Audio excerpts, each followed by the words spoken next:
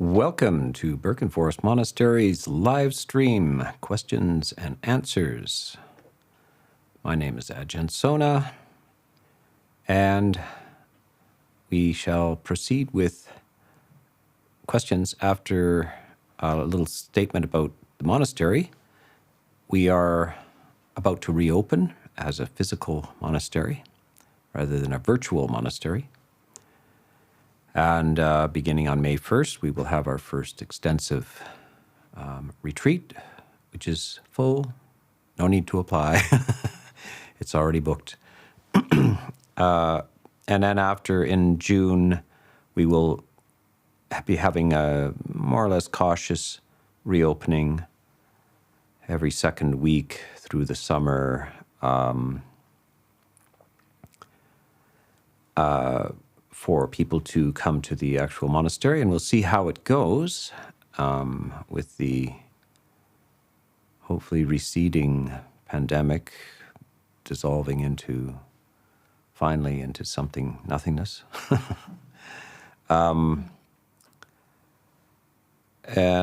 yes, we're back with our live stream. We had a little time off, which we need from time to time. All of our live stream are done by our volunteer stewards, and they also apparently have a life as well. And so I grudgingly acknowledge they have a life. So anyway, we're back, and feel free to ask the first question, Pia. Ajahn, our first question is from the live chat from Laura. Dear Ajahn, I feel quite connected to fellow practitioners and Sangha virtually, but have a longing for this to be more of my day-to-day community. Nevertheless, moving and looking for, quote, the next best thing, unquote, is a habit of mine, and I don't want to get caught in it once again. How to distinguish between a wholesome desire for spiritual friendship and the unwholesome tendency towards dissatisfaction? That is right effort you're speaking of, and that is right aspiration. So right aspiration, right effort is commonly misunderstood in Buddhism. There are schools which imagine that you must stop desiring everything. But first of all, you can't.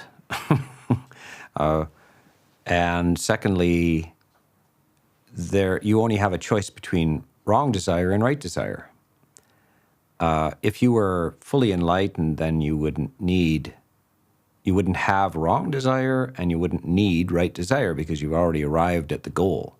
But until you get to the goal, you're going to need right desire, and strong effort is made. And so it is helpful to have real Dhamma friends, Dhamma comrades on the journey, and to experience them in real life. It's quite remarkable that we have this virtual reality, this video and recorded talks, and of course books. None of these were available in previous times, so books came in first, and that was a great boon to many people. They could read all about Buddhism. Some faraway countries where there were no Buddhists, people converted to Buddhism through reading books, and their only comrades were on the printed page. Now we have this live stream video and so forth. We can interact, but still it's not quite to what it is to be with real friends, Sangha members, and so forth. So it's a good aspiration, a good desire, and all it matters now is not to experience frustration. It's a matter of, can you realize it? Can you arrange it? Now, of course, for the last 3 years, there's been a squelching of all kinds of interaction and association. So if you can manage to find a group that meets in person, that's great. And as I say, our monastery is starting to come back into Sangha communion and so forth. So I wish you well in that search, and it's a good search. Don't be shy about that. Yeah. Okay, next. Next question is from Elaine in Hillcrest, Alberta, Canada. Dear Ajahn Sona, are there inner and outer preliminary practices in Theravada Buddhism? Yes, there's nothing but inner and outer. You might be thinking, do we have a kind of a hatha yoga system where you do a bunch of stretches and exercises like that? No, but we do have, your whole life is governed by ethical comportment of your body. There's a way to speak and a way to act, and it requires a great deal of presence of mind, in other words, mindfulness, and it requires what we call sampajanya, or large awareness, or panoramic awareness. Well, also clear comprehension. So in other words, appropriate action, thought, speech, and action in the midst of society as well. This is a full agenda and a fully packed menu of the capacity to behave properly in an upright fashion with your fellow humans and nature and animals as well. There are whole suttas dedicated to the description of skillful behavior in the lay person's life, how to relate to your parents, your children, employers, employees, friends, associates, monastics, how to relate to various ideas, and what your duties are in life, and this is your outward practice. And of course, Buddhism is a complete immersion in the inner world as well, a training and retraining of the mind. So we call it a training. It's not, you're not casting yourself on the favors of a deity or something. You're actually just systematically convinced that through effort and repetition and good understanding and helpful teachings, you can actually retrain your whole emotional mental structure. This is what, my sort of an inner yoga of the mind. And of course, when we say the mind, it's not merely that to do math better or play music better. It's the purification of the emotional structure, purification, the removal of greed, hatred, and delusion, and the replacement with generosity, kindness, and clarity, which is the basic quality of a good and beautiful life. So yes, there's both inner and outer. It's a total immersion practice. The deepest, most profound philosophical and psychological or psychotherapy type of commitment to the transformation of one's being. Yes. Okay, next. Next question is from the live chat from Mark in Wales. What is the mindful way of dealing with anxiety or panic attacks, especially when woken at night? The practice of meditation, also right view, like how you view your life, and then the calming of the mind, are the two ways you do this. And some practical advice about the night. And I give this endlessly. Thinking not allowed from 10 p.m. to 6 a.m. Let's make it 7 a.m. If you get up at 4 a.m., okay, I allow you to think after that. But please have a good cup of tea. You're in England, so have a good cup of tea first. And have a meal before you try trust your mind to think. So people wake up in the middle of the night, 2 in the morning, and they worry and they're anxious and they try to solve problems at the worst time. Their mind is in a depreciated state. Your IQ has fallen by 35 points. You have the emotions of a child, and it's the wrong time to try to solve issues and problems.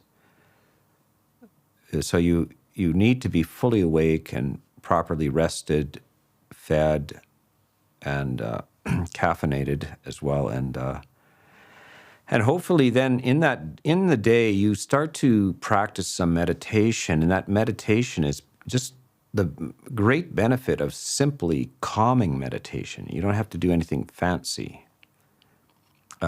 Just trying to settle down the endless activity of the mind. Most people have no other resource but to think, and they think one thing after another, after another, after another. The entire educational system of the West is just that. You keep going through one grade after another, after another, after another. Then you go off to university and you explore all the ideas of history. You start the best ideas of the Greek philosophers, and then you throw that one aside. Socrates is wrong. Now let's go on to Plato, and then Plato's wrong. Let's go on to Aristotle, and let's go on to the Roman philosophers, and then let's go on to the Christian philosophers, and let's throw that aside and go on to the next. So all you're left with is a whole bunch of knowledge about a bunch of ideas, but no commitment to any. And you're left with this incredible machine that is so-called, they're teaching you critical thinking, but critical thinking is quite often just moving from one idea to another endlessly and never finally settling on one and committing to it. So this is somewhat like relationships, like flitting from one relationship to the next, to the next, to the next, and not ever being able to commit to one. And so this is learning to commit to a view of reality, to a practice and an attitude to life. And this requires some good information, and then you train yourself, and you also associate with those who are encouraging you, clarifying thoughts for you as well, and helping you along. So this is what we do. For instance, we have an upasaka program. Upasaka means lay people who are literally come close to the monks or are dedicated practitioners of Dhamma. So we have an online course, which is a year-long course in the Eightfold Path and the attitude, the basic structures of Buddhism and its values and how to behave, speak, and act. And you, just to the degree that you commit yourself to this, it reduces anxiety in life and keeps you in touch with reality.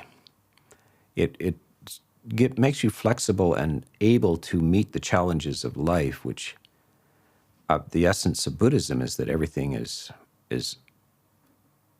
impermanent, and that means that everything is uncertain as well. And out of your particular command and control, the world around you, your body, and to some extent your mind itself is somewhat out of control. And this idea, when every now and then the world provides you strong evidence that it's unpredictable, uncertain, and out of control, and people react with anxiety and fear and distress. And by actually internalizing this reality, the uncertainty, instability of things, and finding an attitude which works in the midst of this, in the midst of successes and failures, of blame and praise, of good fortune and bad fortune, of obscurity and fame, do we have an attitude which works in all of those situations? If we cultivate that, then our anxiety will diminish, including certainly in the day and including at night. And you will have a strategy. Of course, you have to practice this nighttime waking up strategy that you have to remember, oh yes, I'm not allowed to think. go back to sleep. I'm not allowed to work on the problem at night. I'm not allowed to try to solve it because I will come up with a foolish interpretation, which in the light of day is you find that your fears have diminished because your mind is much clearer and stronger in day, and then all of the shadowy fears of night turn out to just evaporate. Then you don't solve things at night. You evaporate them in the day is what happens. So this is how you do it, and this is a whole practice, and certainly valuable because this is the age of anxiety. Anxiety is pervasive through most technological societies, and especially where there's a lot of there's religious uncertainty, philosophical uncertainty, social uncertainty, rapid social change, and so forth. This produces a huge population of anxious people, and you can see that there's a lot of pharmacies that benefit from this, selling you anti-anxiety medications and so forth. So this is something that can be solved, and this is the purpose of the teachings of the Buddha, is to dissolve and resolve these things, because anxiety is just another word for suffering. We suffer. Fear is suffering. Anger is suffering. Confusion is suffering. There's all kinds of ways to suffer. So this is what the purpose of Dhamma is to relieve this suffering, is to overcome this suffering. Okay, next question. Next question is from Anonymous in Warwick, United Kingdom. Dear Ajahn, could you describe in detail the relationship between cessation experiences and awakening? Is it necessary to have cessation experience to realize stream entry or other levels of awakening? How to achieve these? Is it equivalent to ninth jhana? Well, that question, most people won't understand what the question is, but the cessation of perception and feeling, I think, is what you're referring to as the ninth jhana.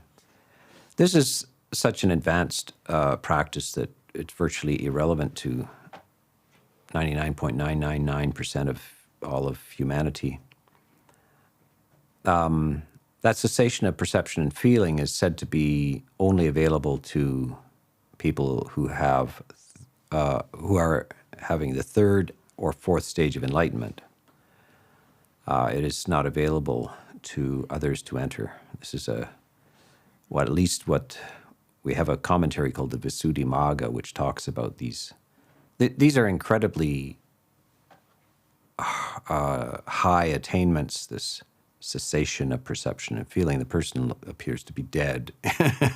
You're stopping processes internally that just even very well-adjusted, bright, normal people can't do this. That requires special support and so forth. So it's very easy to misunderstand the what is being spoken of here. It's like somebody who can bang out a few chords on a piano versus a full concert, A-list concert pianist playing at Carnegie Hall. It's not the same thing. So I would just dismiss all concern about this cessation idea as just being irrelevant to what needs to be done in a practical manner, and to get on with the basics, which are very clear in terms of the development of the Eightfold Path, how you think and how you speak and how you act, and that's ethical, virtue-based, which will result in tranquility of mind and a clarity and focus called mindfulness, which leads on to samadhi or concentration, and then that naturally swells out into wisdom. So remember that these stages of enlightenment are just deepening wisdom about the nature of reality and emotional structures. So I would focus on that. Stay with the basics. Stay with the the mainstream, and don't be concerned with these esoteric and remote possibilities, such as the ninth jhana. Yeah. Next question is from the live chat from Chris in Fairview, Oregon, United States. If one is on retreat and has a vision, how does one make the leap from I saw something to that used to be me, or that was a past memory of a former life? Well,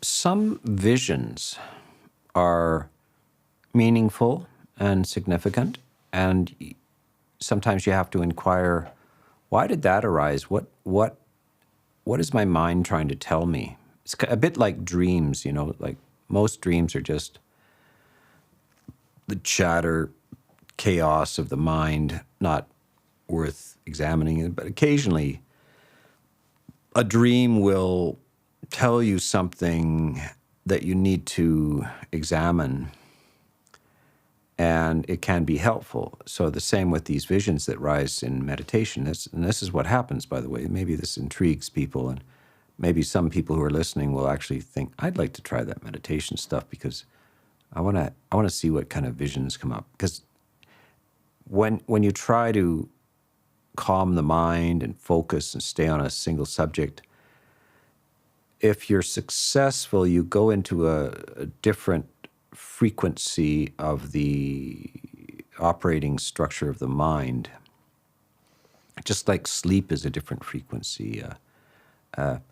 When you're fascinated by something, you're hearing a great piece of music or looking at great art or a beautiful view or something, the mind can sometimes go into a special kind of frequency where you see and you understand things that you don't normally understand. So this is what meditation can do.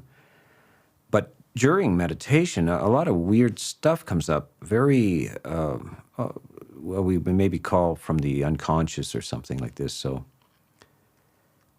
some of it is relevant and interesting, and other should be dismissed and not get carried away with.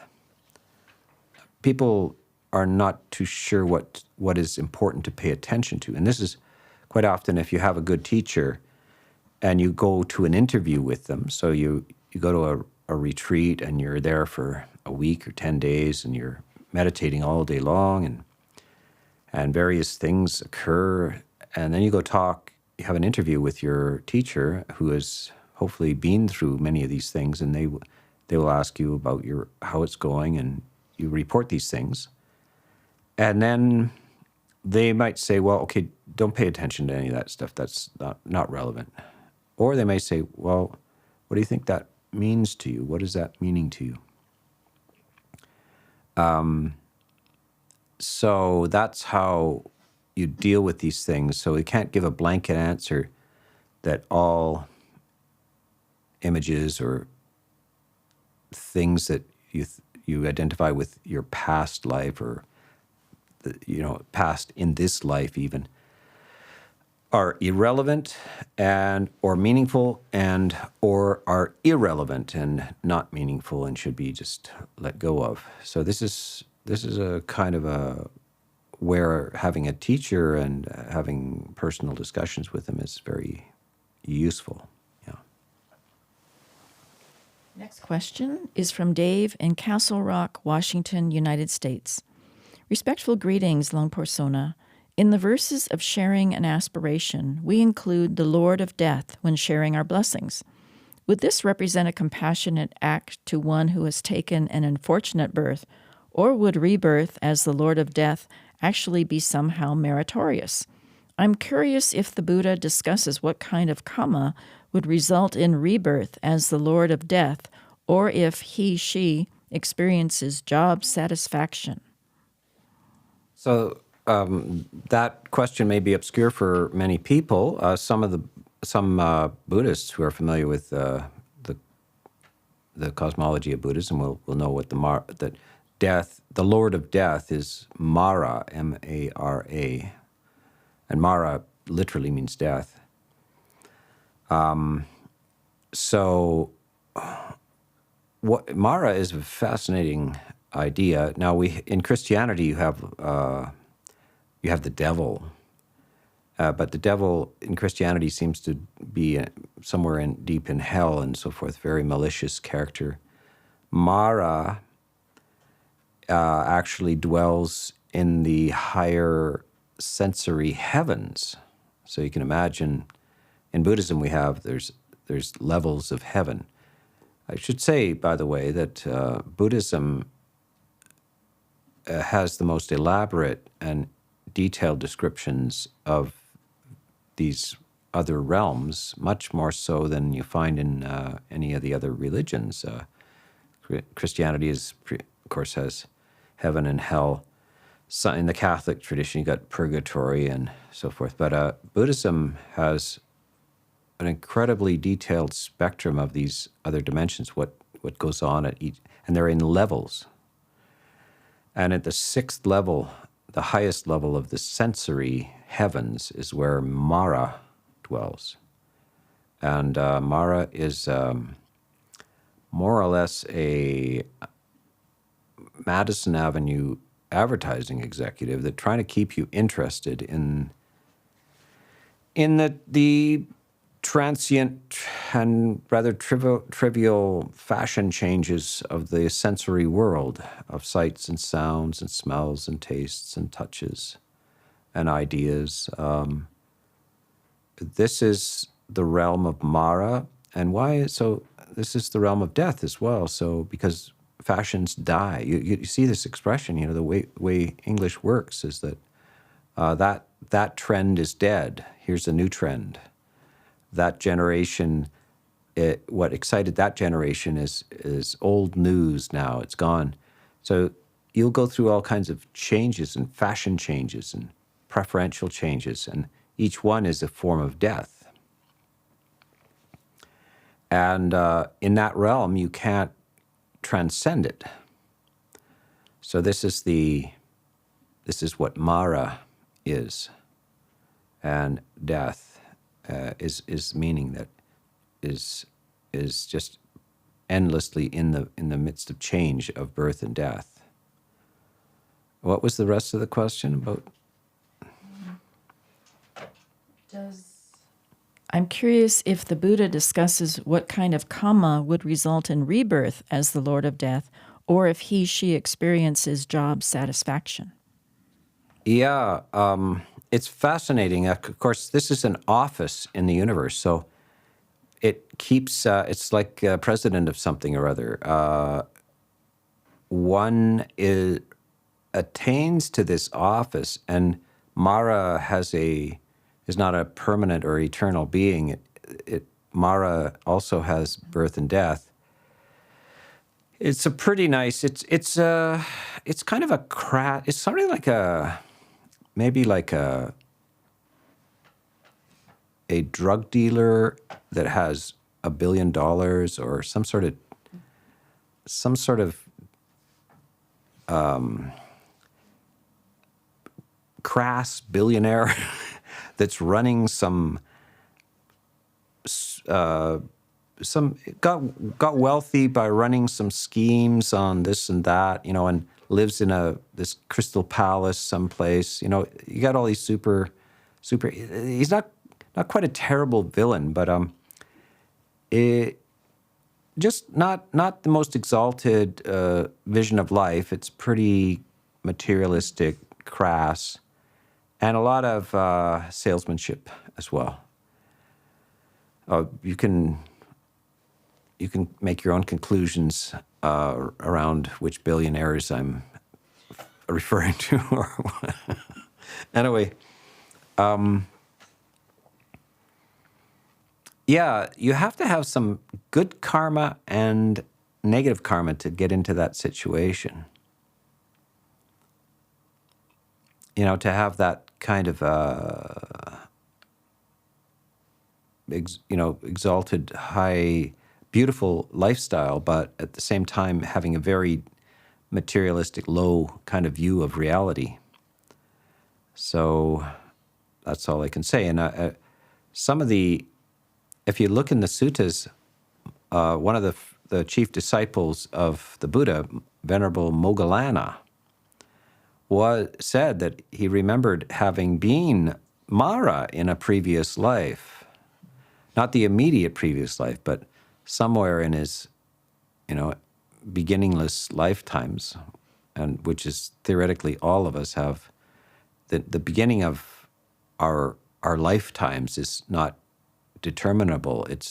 Didn't just start. We don't know how and when they started, but they're like the universe. We don't know whether it's a cyclical universe of endless big bangs, or is it one big bang? But Moggallana said, "Oh, I was once Mara," and by the way, that conversation was with Mara, the present Mara. He says, "Yeah, I used to be you. I used to have your office and everything like that. Be careful, don't make too much bad karma."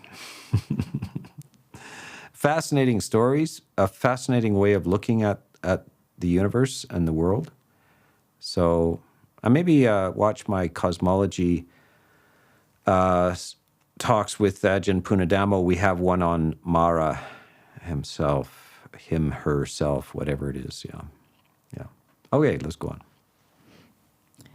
Next question's from the live chat from Charlie in the Czech Republic. Dear Ajahn, I have tried several approaches to Anapanasati, including yours. They all bring good results, but the samadhi is distinctly different in each case. Is it okay to switch methods, or should I just stick with one? Well, this, was it Anapanasati or Satipatthana? Yeah, Anapanasati, yes. So some schools teach it as an insight type of, like a vipassana type practice, where you are distinctly encouraged not to develop samadhi or, deep stillness.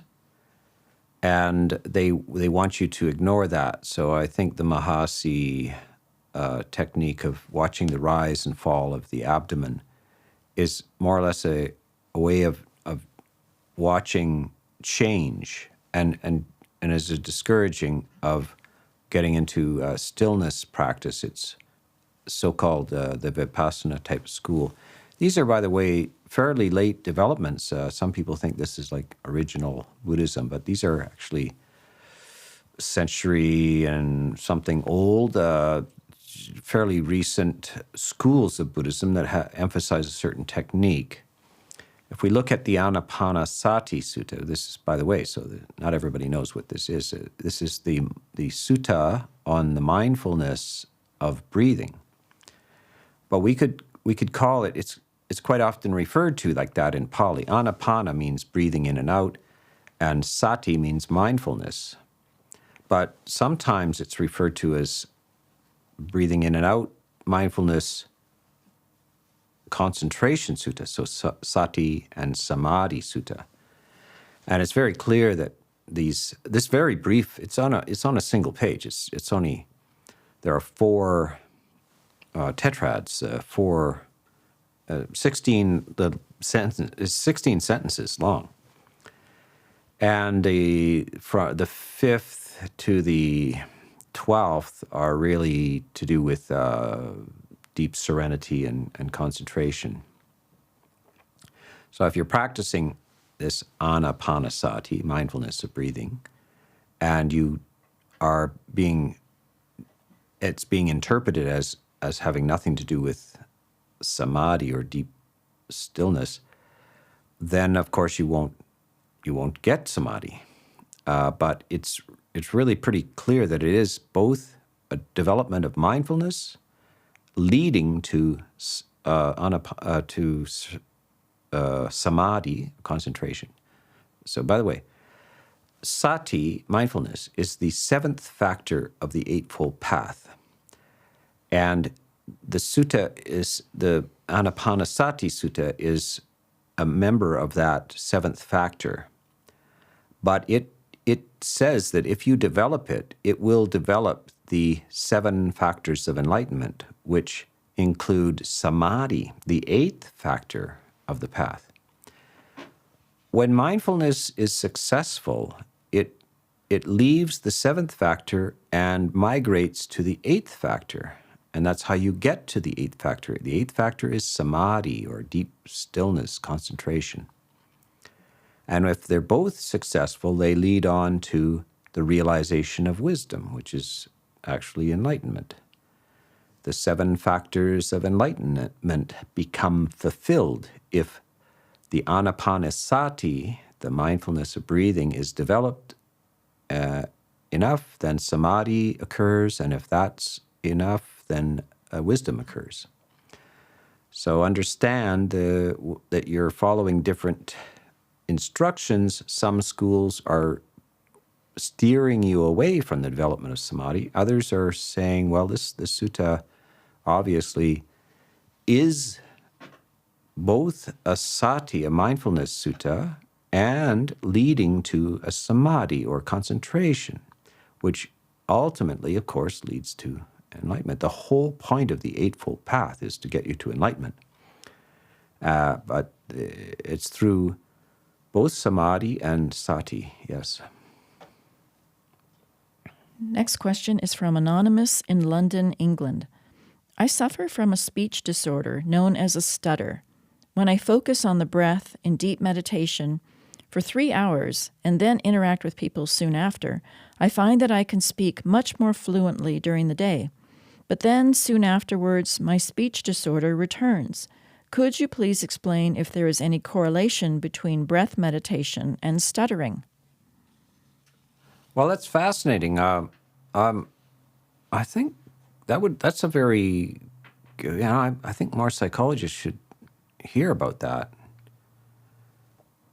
So I would, maybe the roots of the stutter are social anxiety, and typically stillness meditation, serenity meditation reduces anxiety for a period of time, and you feel, and that reduces that a sort of unconscious concern about speaking in the presence of other people. So I would say that that's probably what's happening there. And then as your samadhi, you tend to withdraw from the afterglow of samadhi. So when you get these nice states of serenity in meditation, they have a certain period of they last for a certain period after you rise from the quiet state and you stroll down the street. And then the mind starts to return to its normal, more flighty and anxious state. And so that's when the stuttering starts again. You're going back to normal consciousness. This is why they can give people medications that keep them from having tics and compulsive behaviors, stuttering and so forth. But when the medication declines, then it comes back. So what you're doing is using your own natural inner capacities to calm the mind. And when that happens, then your anxiety and your excess concern, which is the root of the stuttering, diminishes. So that's what's happening. And of course, that's what happens is transformation happens. Say monks, not every monk, but some monks like me have to give talks in public, endless talks. I mean, I'm invited here and there, and you got to, it's all kinds of, I've spoken before all kinds of audiences. Sometimes I have to speak to like a group of grade 5 people, and then I have to go to a university and talk to some professors, and then a group of some invitation to a prison. What do I have to say to these guys? They're all behind bars here. Then to a group of monks, quite developed monks, I have to talk, and lay people on retreats. And so lots of people have a lot of anxiety about public speaking. And so meditation, by meditating, you can reduce such anxieties and so forth, and you can deliver your words and your ideas in a fluent way. So this is the function, and meditation can help with many of these social issues. But that's a good case. I would hope that some more psychologists come across this, what you've experienced here. Maybe you should write a little article on this, that you have habitual stuttering and that it diminishes after meditation, but recurs after a period of time, just so that they know that meditation can help people overcome some of these conditions, stuttering conditions and so forth. Yeah. Next question is from the live chat from Echnoderm. I am resolute on being an 8 preceptor, but my 2 best friends, 7-year-long friendships, are always asking me to join them for entertainment and unwholesome discussion. I have progressed on the path, and a sense of renunciation motivates me to leave them. I stopped keeping in touch for 3 weeks and were angry because they said I was neglecting them, which was true. How do I deal with this, as I have a strong motivation and understanding of the higher life, yet my close friends believe I'm wronging them? It's a endless dilemma. Yeah, if you want to, it's the old movie that about leaving your small town, and going off to the big city or going off to university when your other buddies are working in the mill, like you're going to have to leave these relationships behind. If you want to grow, it means that certain things have to be left behind. And you see it in the most extreme form in becoming a monk, where you're having to step out of your family and former friends, and you can't do these things. And quite often, especially in the West, they don't understand why. People ask in the West sometimes, why did you become a monk?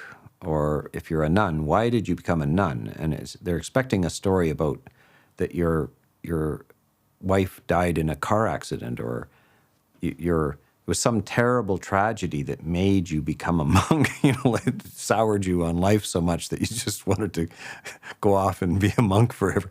But that's not why you become a monk.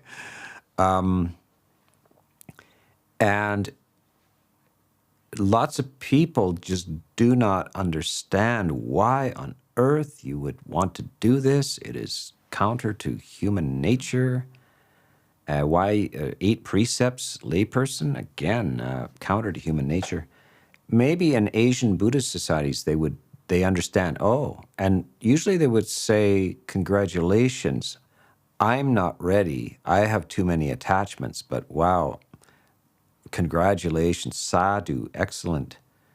And they're not resentful about it. But we're in such a distracted and materialistic and frivolous society that there's a loss of the idea of this more philosophical, contemplative, religious life as a respectable and useful and meaningful way of being. So this is something you have to face. This is what I guess most serious practitioners in the West, not just in Buddhism, but in other traditions, yoga and even deep, Catholic prayer and stuff like this, that you're just not going to be able to associate with everybody anymore. It's just not okay. You will lose some friends. And you can either grow or stay and rot. It's up to you. Yeah. Okay. Next question is from the live chat from Odessa. What does the Buddha say concerning teaching in a language people can understand?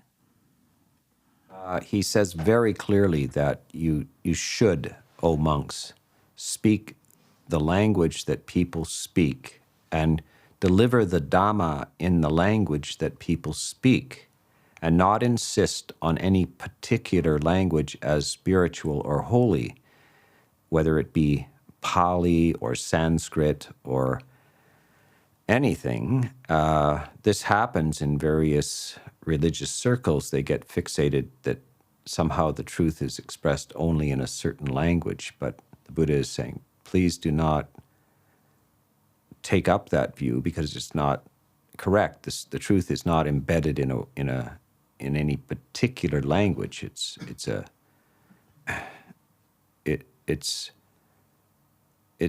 vision of life, is what it is, and it can be communicated in various types of languages, and it's very important that you do. So you'll see in Asia, many monks, lay people often go to hear monks chanting in Pali and so forth because it has a strong emotional resonance. They might have been raised with that. Has a spiritual feeling to it, but that isn't the. That is something of a leftover from a time when there is no other way to communicate except through spoken word. And Pali, the language that the monks are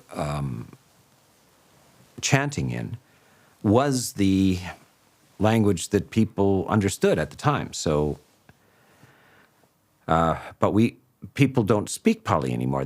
It's a dead language in many ways. So we need to communicate if you're in an English world, in plain English or in plain French or plain Spanish or whatever it is. And you'll see, and Buddhism has translated, as they went to China, to Asia, they translated the suttas into their language. We keep these Pali, we chant in Pali. I'm not, at this monastery, I don't do a lot of Pali chanting. I do it, English translations, which I do some chanting so that people can hear it and understand it immediately in English. And of course, here I am talking to you in English. It would be, notice when I use a Pali word, I was talking about Anapanasati, so I carefully say Anapana, that's breathing, and then Sati is mindfulness. I make sure that I'm not going by these words without informing my audience of what they mean. So I'm very, very big on this. Please keep adapting the Dhamma to the language that people understand and try to speak. Again, I don't speak as a university professor talking to a fourth-year literature class. I try to use words and vocabulary in English that people generally understand. I'm interested in communicating. I'm not interested in impressing you with vocabulary or something like this, either Pali or fancy $5 English words. I guess we have to up it to $10 English words now. $5 isn't worth much anymore. So, yeah, I'm really big on the vernacular, that which people speak, communicate to people. Yes. Next question's from the live chat from Philomena.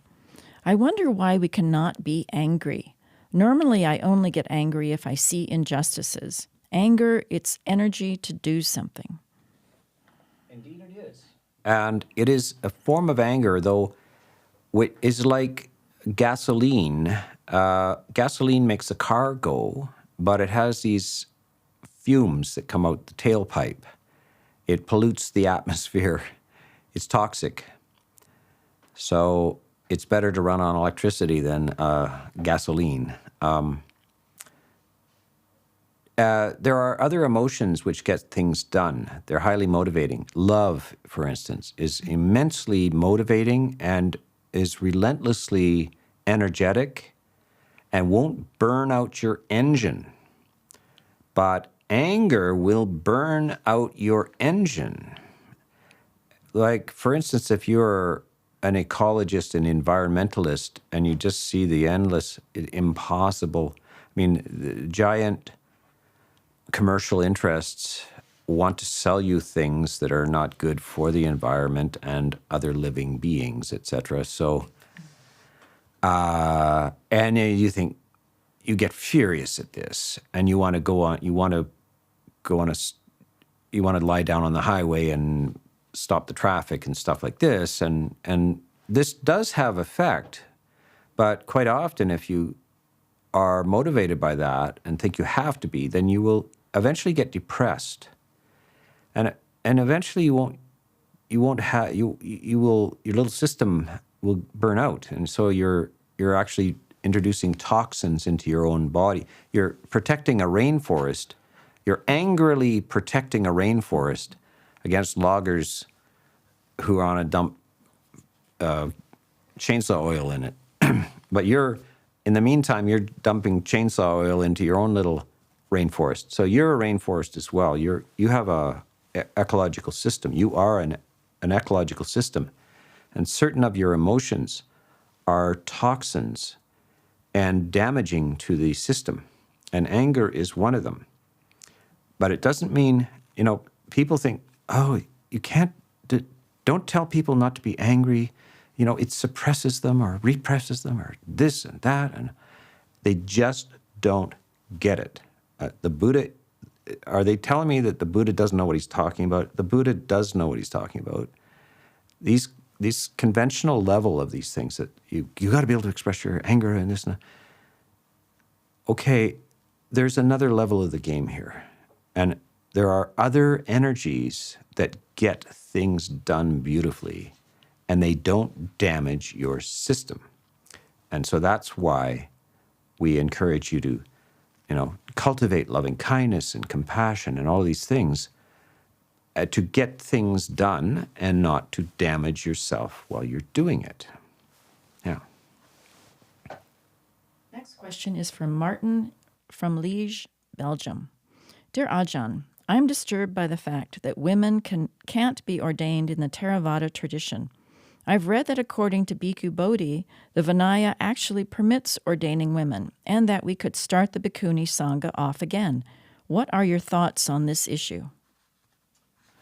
Well, I've been meditating on this for a long time. In fact, since I was a layperson, which is more than 35 years ago. So, of course, I'm born and raised in the time of the feminine revolution, the women's liberation, etc. That's my ethos, right? So that's the first question any person from my generation asks. So what's this about? No, what about the women? So the issue is that this Buddhism is 2,500 years old. And by the way, if you look at the lifestyle that the Buddha is promoting 2,500 years ago, you will find out that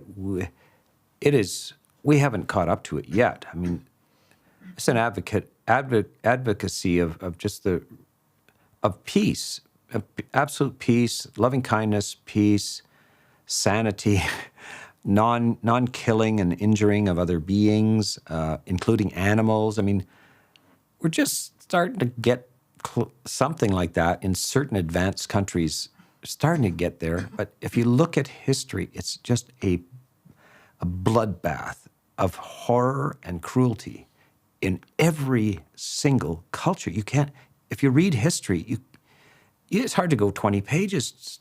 And you look at what high Greek civilization thought was okay to, the tortures and the ghastly things.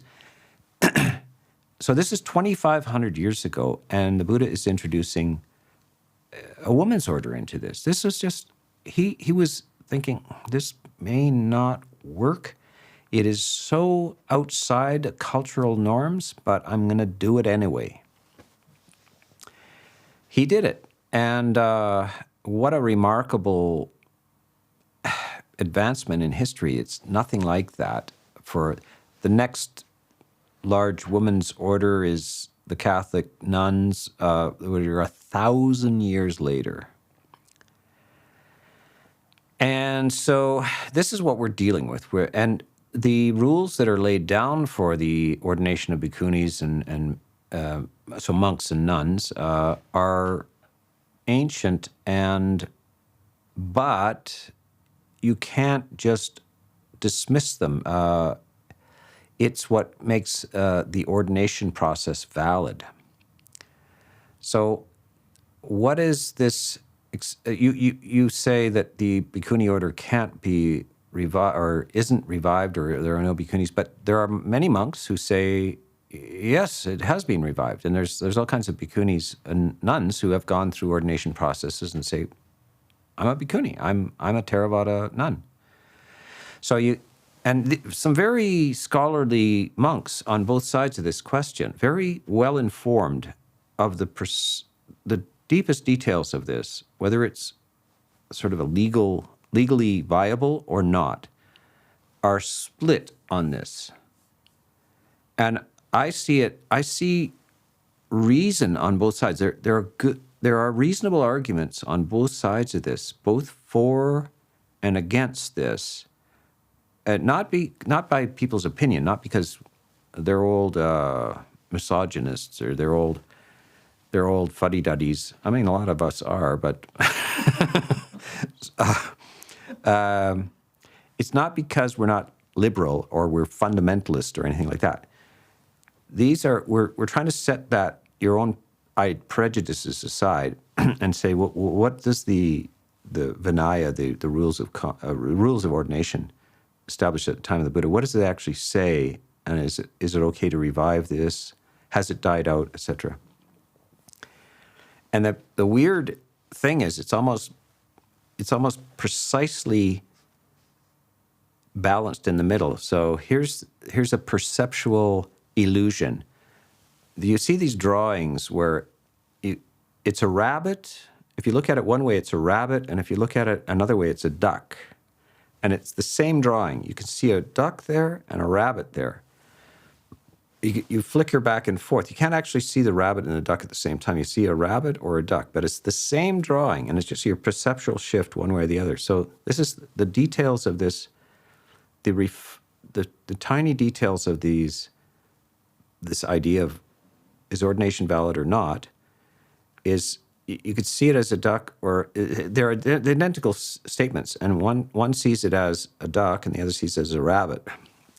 Bhikkhu Bodhi sees it as a rabbit, meaning that he sees it as legitimate, the reintroduction of bhikkhunis. I have great respect for Bhikkhu Bodhi. He's just a fantastic, well-balanced mind, profound scholar, very knowledgeable. And others, Ajahn Sona is on the other side, examining it very carefully and saying it's not truly legal to reestablish that. And he's my generation. He's an American raised in be a total advocate of equality and so forth. But he's just saying this is what it says. It's not about this time. It's about 2,500 years ago.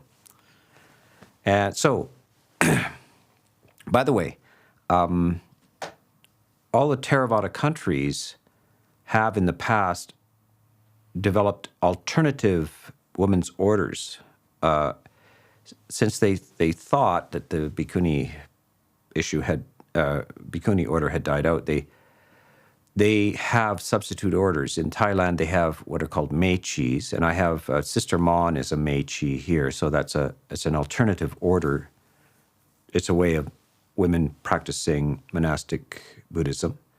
And in Sri Lanka, they have what's called the Dasa Sila Mata order, which is 10 precept mother. And in Burma, they have an order of nuns. They kind of wear pinkish robes. So that is the way they have attempted to correct the situation, but they have accepted that the bhikkhuni order has died out. But recently, certainly in Sri Lanka in the last 25 years, there are a number of monks who say, well, it's viable. We can restore the order. So this is where it's at the moment. So you'll see people on both sides, but we really want to avoid kind of accusing people of being either fundamentalists or liberals or anything. It's really, some people are, but it's more about this incredibly